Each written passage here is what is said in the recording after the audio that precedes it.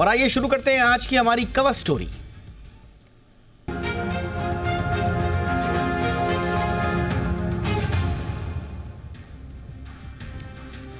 अमेरिकी राष्ट्रपति Joe Biden corona संक्रमित पाए गए हैं। व्हाइट हाउस के मुताबिक वो आइसोलेशन में रहकर ही अपना काम करेंगे। राष्ट्रपति चुनाव के अंतिम दौर में उनके बीमार पड़ने के कई सियासी मायने निकाल दिए जा रहे हैं।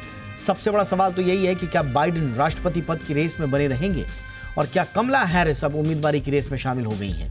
दरअसल खुद बाइडेन कह चुके हैं कि अगर डॉक्टर उन्हें अनफिट घोषित कर दें तो वो खुद ही राष्ट्रपति चुनाव के दौर से बाहर हो सकते हैं।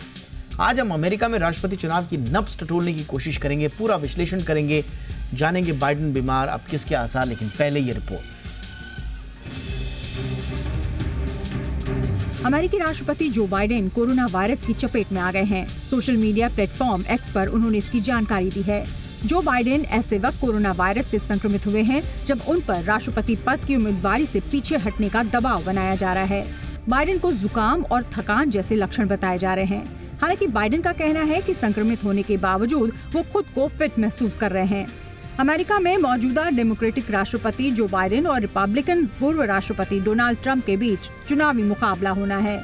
अगले महीने यानी अगस्त में राष्ट्रपति पद के लिए नामांकन दाखिल किया जाएगा।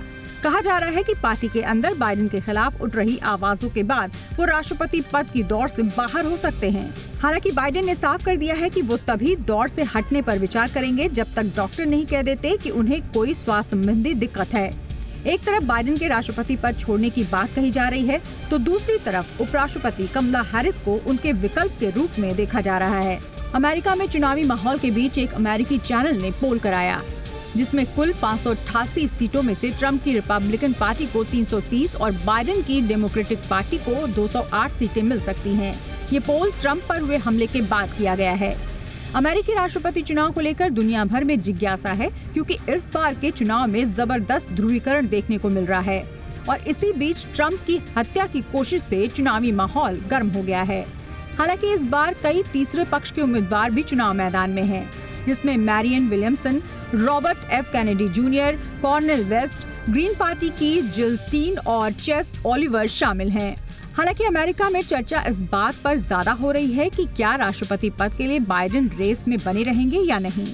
दरअसल पहले डिबेट में बाइडेन के खराब प्रदर्शन ने डेमोक्रेटिक पार्टी के अंदर चिंता पैदा कर दी है। कहा यह भी जा रहा है कि पार्टी के भीतर भी बाइडेन पर पद छोड़ने का दबाव बढ़ रहा है। ऐसे में जो विकल्प के तौर पर सबसे बड़ा नाम उभर कर आ रहा है वो है उपराष्ट्रपति कमला हैरिस का। अगर वाकई कमला हैरिस बाइडेन की जगह लेती हैं और राष्ट्रपति पद का चुनाव जीतती हैं तो वो अमेरिका की राष्ट्रपति के रूप में निर्वाचित होने वाली इतिहास में पहली महिला और पहली ही अश्वेत महिला होंगी। ब्यूरो रिपोर्ट, जी मीडिया। मेरे साथ दो खास मेहमान जुड़ चुके हैं। सबसे पहले स्वागत हम करना चाहेंगे एम्बेसडर मंजीव पुरी सर का। पूर्व राजनयिक है और अंतर्राष्ट्रीय मामलों के जानकार हैं। एम्बेसडर पुरी, बहुत बहुत स्वागत है सर आपका। Good evening sir. Robin Sachdev sir हमारे साथ जुड़ चुके हैं, विदेश मामलों के जाने माने जानकार। सचदेव सर, बहुत बहुत स्वागत है सर आपका हमारे शो पर। एम्बेसडर पुरी सर, आपसे चर्चा की शुरुआत करना चाहेंगे। सर, वाकई में बाइडेन को लेकर ये माना जा रहा था कि काफ़ी कमज़ोर हैं, स्वास्थ्य कारण भी हैं। डिबेट में जिस तरह से उनका परफॉर्मेंस रहा तो पार्टी के भीतर भी ये बात चल रही थी कि साहब प्लीज़ थोड़ा सा आप साइड हो जाएं, दूसरों को मौका दें। आपको क्या लग रहा है सर, ये कोरोना वाली जो उनके साथ दुर्भाग्यपूर्ण रूप से वो बीमार पड़ गए हैं, क्या ये मौका है कि वो अपने हाथ पीछे खींच लें और कमला हैरिस या किसी और को आगे करें? दीपक, आपका जिसको कहते हैं इसमें गेस वर्क उतना ही गुड है जितना मेरा हो सकता है। मैं आपके प्रोग्राम से पहले CNN देख रहा था, तो वहां पर जो हाउस में लीडर हैं डेमोक्रेटिक पार्टी के, जेफरीज, उन्होंने कहा कि उनकी बातचीत हुई प्रेसिडेंट बाइडेन से तो उन्होंने साफ कहा कि मैं अभी हूं, अभी तक तो मेरा स्वास्थ्य ठीक है, मेरे को कोविड है लेकिन आई एम स्ट्रांग। पता नहीं, कह नहीं सकते। देखिए, प्रेशर तो उनके ऊपर बहुत पड़ रहा। बहुत सारे लीडिंग डेमोक्रेट पॉलिटिशियंस जो हैं वो कह रहे हैं कि आप हटिएगा।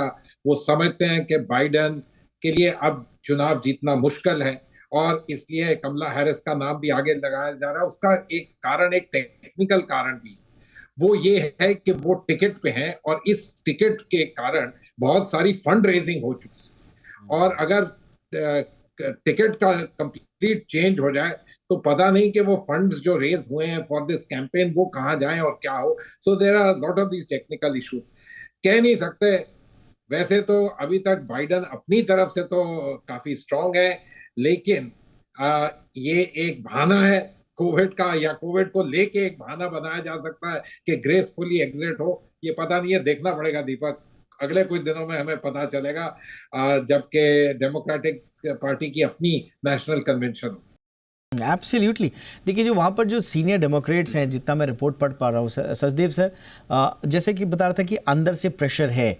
अब जो सीनेट मेजॉरिटी लीडर हैं चक शूमर, हाँ शूमर, और हाउस माइनॉरिटी लीडर जो है हकीम जेफरीज, ये प्राइवेटली जाकर इन लोगों ने अर्ज किया है कि साहब आप स्टेप डाउन कर लीजिए. ये खबरें हैं, बट क्या वाकई में ऐसा हो पाएगा? देखिए, इसी बात को लेके अगर इसमें एक और डायनामिक है.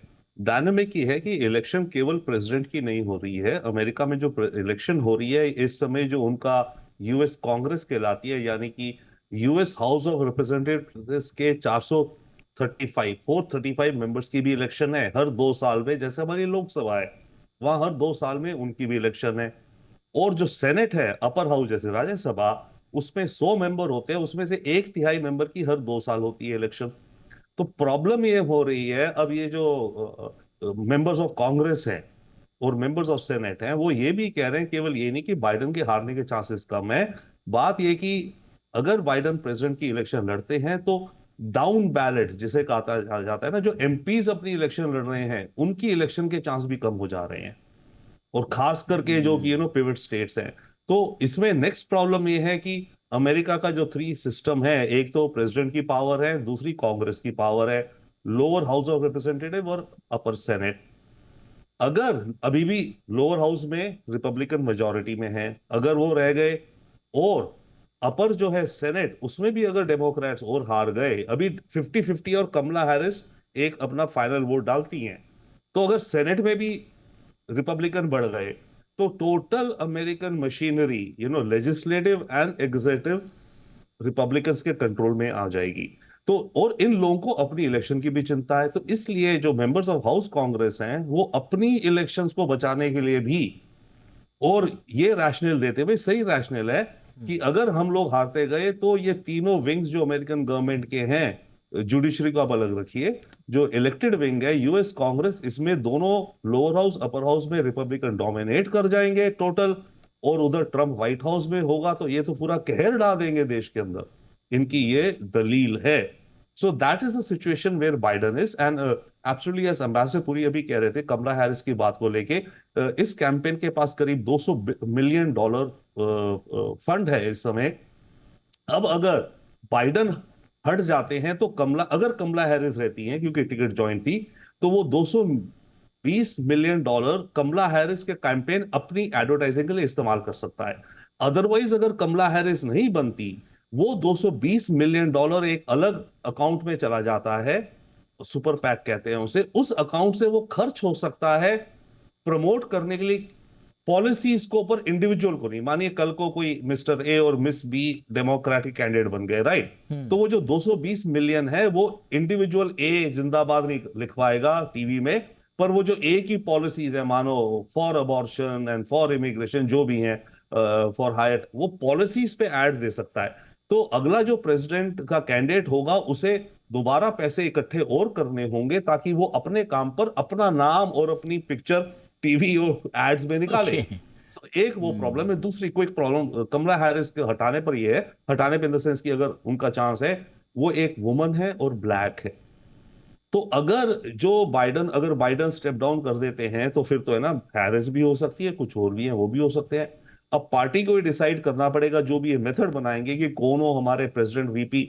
अब उसमें प्रॉब्लम ये, और रादर हैरिस के फेवर में ये जा रहा है कि ये एक वुमन है और अफ्रीकन अमेरिकन है.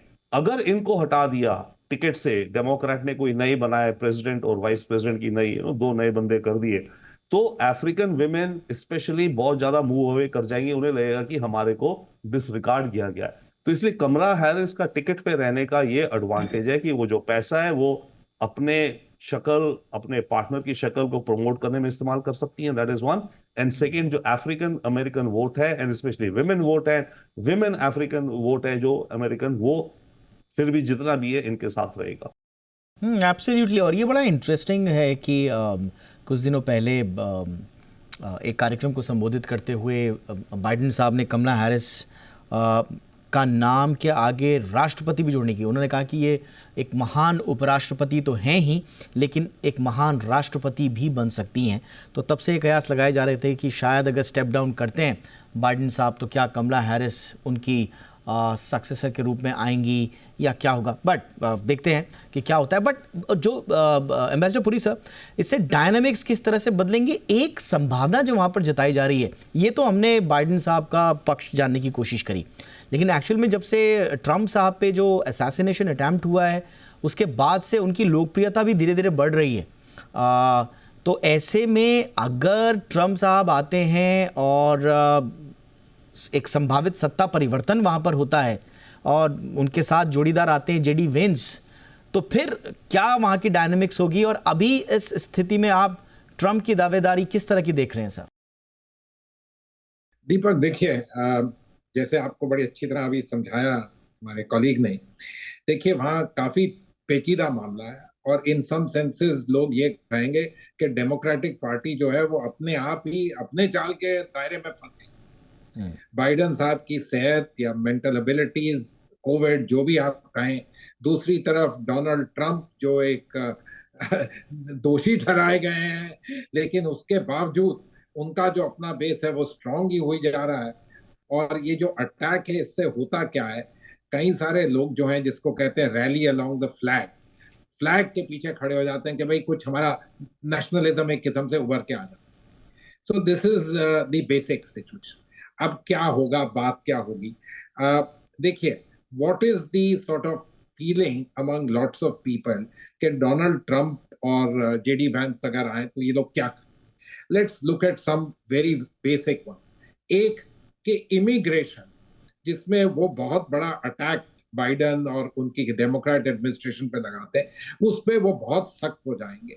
और खासकर लैटिन अमेरिका से जो लोग कहते हैं कि पैदल भी चल के आ रहे हैं, क्रॉस कर रहे हैं, वो सब पे टाइट होगा। बट मैं मानता हूं उसी पे नहीं, सभी चीजों पे, इमिग्रेशन पे टाइट होगा, जिसको कहते हैं आइसोलेशनिज्म, ये सब बढ़े। साथ साथ 3-4 और हम मुद्दे देखते हैं। आज का बहुत बड़ा मुद्दा वेस्टर्न वर्ल्ड के लिए है यूक्रेन का सपोर्ट। अब खास साफ शब्दों में ट्रंप साहब और जेडी वैंस दोनों ने कहा है कि हम तो इसको ज्यादा करना नहीं चाहेंगे, हम ये भी चाहेंगे कि हम प्रेसिडेंट पुतिन से बात करें। तो ये इसका अपना डायनामिक है दुनिया में। वेस्टर्न पावर्स कितना they are willing to stand behind their own policies, European countries के लिए खास ये एक प्रॉब्लम है। याद करिएगा कि जो ट्रांस अटलांटिक अलायंस जो है उसमें अमेरिका की बहुत बड़ी भूमिका है, लेकिन जब डोनाल्ड ट्रंप थे तो उन्होंने एकदम शुरू कर दिया यूरोपियंस को कहना कि आप भी पैसे दीजिएगा, हम सिर्फ आपके लिए नहीं खड़े होंगे। तो इसकी जो सारे डायनामिक्स हैं ये सब देखने पड़ेंगे। साथ साथ और भी मुद्दे हैं, क्लाइमेट, ट्रेड, ये सारे जो मुद्दे हैं, लोग तो यही मानते हैं कि डोनाल्ड ट्रंप की जो प्रेसिडेंसी होगी वो इन सब चीजों में अमेरिका को यूनिलैटरलिस्ट, मल्टीलैटरलिस्ट नहीं रखेगी, ये सब होगा। इजराइल, गाजा, कोई नहीं लगता कि गाजा और पैलेस्टीनियंस की तरफदारी तो करेगा, लेकिन इसका क्या असर हो सकता है, इजराइल, सऊदी अरेबिया का कोई जोड़ हो सकता है, ये सब देखना पड़ेगा। फंडामेंटली स्पीकिंग, जो एडमिनिस्ट्रेशन आएगी अंडर प्रेसिडेंट ट्रंप, अगर वो चुने गए, तो it will be more isolationist. Immigration को रोकेंगे, इसका सब टाइटल वो शायद दे, make America great again, but basically जिसको कहते हैं America and its leadership and responsibility and willingness to partner the world, ये सब वो थोड़ा बहुत जिसको कहते हैं अपना ही फेंस बना के अपने ही अंदर मेक अमेरिका ग्रेट अगेन। बाकी लोगों के साथ जो डेमोक्रेट पार्टी का हमेशा एफर्ट रहता है कि अमेरिकन हेजेमनी को उस तरह बढ़ाए, वो शायद डिफरेंट होगा। This is the expectation from people, which is why बाकी दुनिया में, खासकर यूरोप वगैरह में, देयर इज एप्रीहेंशन कि Trump might become the president of the United. Absolutely. और खबरें यही आ रही हैं कि कम से कम यूक्रेन पर रूसी हमला, सुरक्षा चिंताएं जो हैं, कारोबार हैं जो यूरोप के लिए बहुत इंपॉर्टेंट है इस वक्त, इन मुद्दों पर जो पूर्व राष्ट्रपति डोनाल्ड ट्रंप का रुख जो रहा है, और ओहायो के जो सीनेटर हैं जेडी वेंस साहब, उनका जो रुख रहा है, उसमें यूरोप में खबरें जो मिल रही हैं कि चिंता है अभी से, शायद अभी से वो इस पर बातचीत कर रहे हैं। लेकिन सचदेवा सर, क्या आपको अभी मौजूदा स्थिति में किसका पलड़ा भारी लग रहा है, ट्रंप और बाइडेन? देखिए, कह नहीं सकते, ये बैलेट है जो भी होगा, बट या परसेप्शन से देखें। देखिए, एक वर्ड मैं यूज करता हूं, ऑप्टो पॉलिटिक्स। आज की दुनिया में ना जियो पॉलिटिक्स के ऊपर ऑप्टिक्स लग गई है, या आप कहें पॉलिटिक्स के ऊपर भी ऑप्टिक्स लग गई है, तो दुनिया ऑप्टो पॉलिटिक्स की है, तो हमें भी पता नहीं। बट यस, पलड़ा अगर देखा जाए इस समय ट्रंप के लिए कुछ मोमेंटम है, और बाइडेन और डेमोक्रेट्स के लिए बुरी खबर के ऊपर बुरी खबर के ऊपर बुरी खबर, जैसे तारीख पे तारीख टाइप हो रहा है, राइट। वो डिबेट में अच्छा नहीं करे, फिर ये रहा वो रहा, और आज कोविड हो गया है। इधर ट्रंप के लिए थोड़ा मोमेंटम था, उसका डिबेट वैसे भी चल रहा था, बट डिबेट के बाद और बढ़ गया। एंड फिर ये असैसिनेशन अटेम्प्ट हुआ, इसके बहुत अलग डायमेंशंस हैं। तो मोमेंटम, और अगर आपके दर्शकों ने कल देखा हो इनका रिपब्लिकन कन्वेंशन, उसमें इन्होंने बड़ा मेजर, मतलब एंथुजियाज्म है ट्रंप के सपोर्टर्स में और रिपब्लिकन पार्टी में। डेमोक्रेट्स में एंथुजियाज्म नहीं है, एनर्जी नहीं है। डेमोक्रेट्स में कोस रहे हैं, सोच रहे हैं ये वो। इसीलिए हो सकता है कि अगर बाइडेन बदले जाएं और कमला हैरिस भी शायद बदली जाएं या रहें, एक नई टिकट आई तो थोड़ी नई ऊर्जा आएगी डेमोक्रेटिक बेस पे। अदरवाइज डेमोक्रेट्स का जो बेस है वो काफी जिसे को डीमोटिवेटेड सा होता दिख रहा है। और इधर ट्रंप का जो बेस है, और जो ट्रंप का बेस है एक्चुअली उसने रिपब्लिकन पार्टी को टेक ओवर कर लिया है। रिपब्लिकन पार्टी अब मॉडरेट या पुराने रेगन टाइप की रिपब्लिकन की नहीं रही, ये रिपब्लिकन पार्टी हो गई है मागा, जिसे भी मास्टर बात कर रहे थे, मेक अमेरिका ग्रेट अगेन की। और इनका एजेंडा है, नाउ कमिंग टू एजेंडा, जो कह रहे थे जनवरी में होगा, मैं इस पे एक्चुअली किताब लिख रहा हूं, मेरी अगले 2 हफ्ते में आने वाली है, 3 हफ्ते में, right, Trumpotopia. All the best for your book, sir. Thank you sir, I would love to kind of discuss that with you Ken. sure. तो उसमें इनके पास क्लियर एजेंडा है। इन्होंने 900 पेज का एक डॉक्यूमेंट बनाया है, ट्रंप कैंपेन ने नहीं, पर एक दूसरे थिंक टैंक ने, हेरिटेज ने, कि डे 1 को क्या करेंगे, ये फेडरल गवर्नमेंट के 20 से 30 हजार लोगों को ये फायर करेंगे। इनका ये कहना है ट्रंप का और इसके सपोर्टर्स का कि अमेरिका की सरकार जो है उसको लेफ्टिस्ट और कम्युनिस्ट ने टेक ओवर कर लिया है जी, और अंदरूनी जो अफसर हैं सीनियर, वो लेफ्टिस्ट हैं, कम्युनिस्ट हैं, काफी सारे। उनको हमें निकालना है ऑन डे 1, क्योंकि हम उनको नहीं निकालेंगे तो वो जैसे वहां के IAS हैं, करीब 8,000 होते हैं, इनमें से हम करीब आधों को फायर नहीं करेंगे अगर, तो ये प्रेसिडेंट जो ऑर्डर देता है उसको ये करने नहीं देंगे। दैट इज सबसे बड़ा। और इस प्लान के बाहर आने के बाद काफ़ी वहाँ पर इस प्लान की चर्चा हो भी रही है। ये बहुत इंटरेस्टिंग पॉइंट है, लेकिन बहुत सारे इंसाइट्स मिले वहाँ पर एग्जैक्टली चल क्या रहा है। और रॉबिन सर की बुक भी आने वाली है, तो उनसे हम आगे भी इंसाइट्स इसमें लेते रहेंगे। और एम्बेसडर पुरी सर हमेशा अपने वैल्यूएबल इंसाइट्स के साथ हमेशा हमें वक्त देते हैं, उम्मीद है आगे भी देते रहेंगे। Thank you so much sir वक्त निकालने के लिए। Ambassador Puri sir, thank you so much. Robin sir, बहुत बहुत शुक्रिया सर।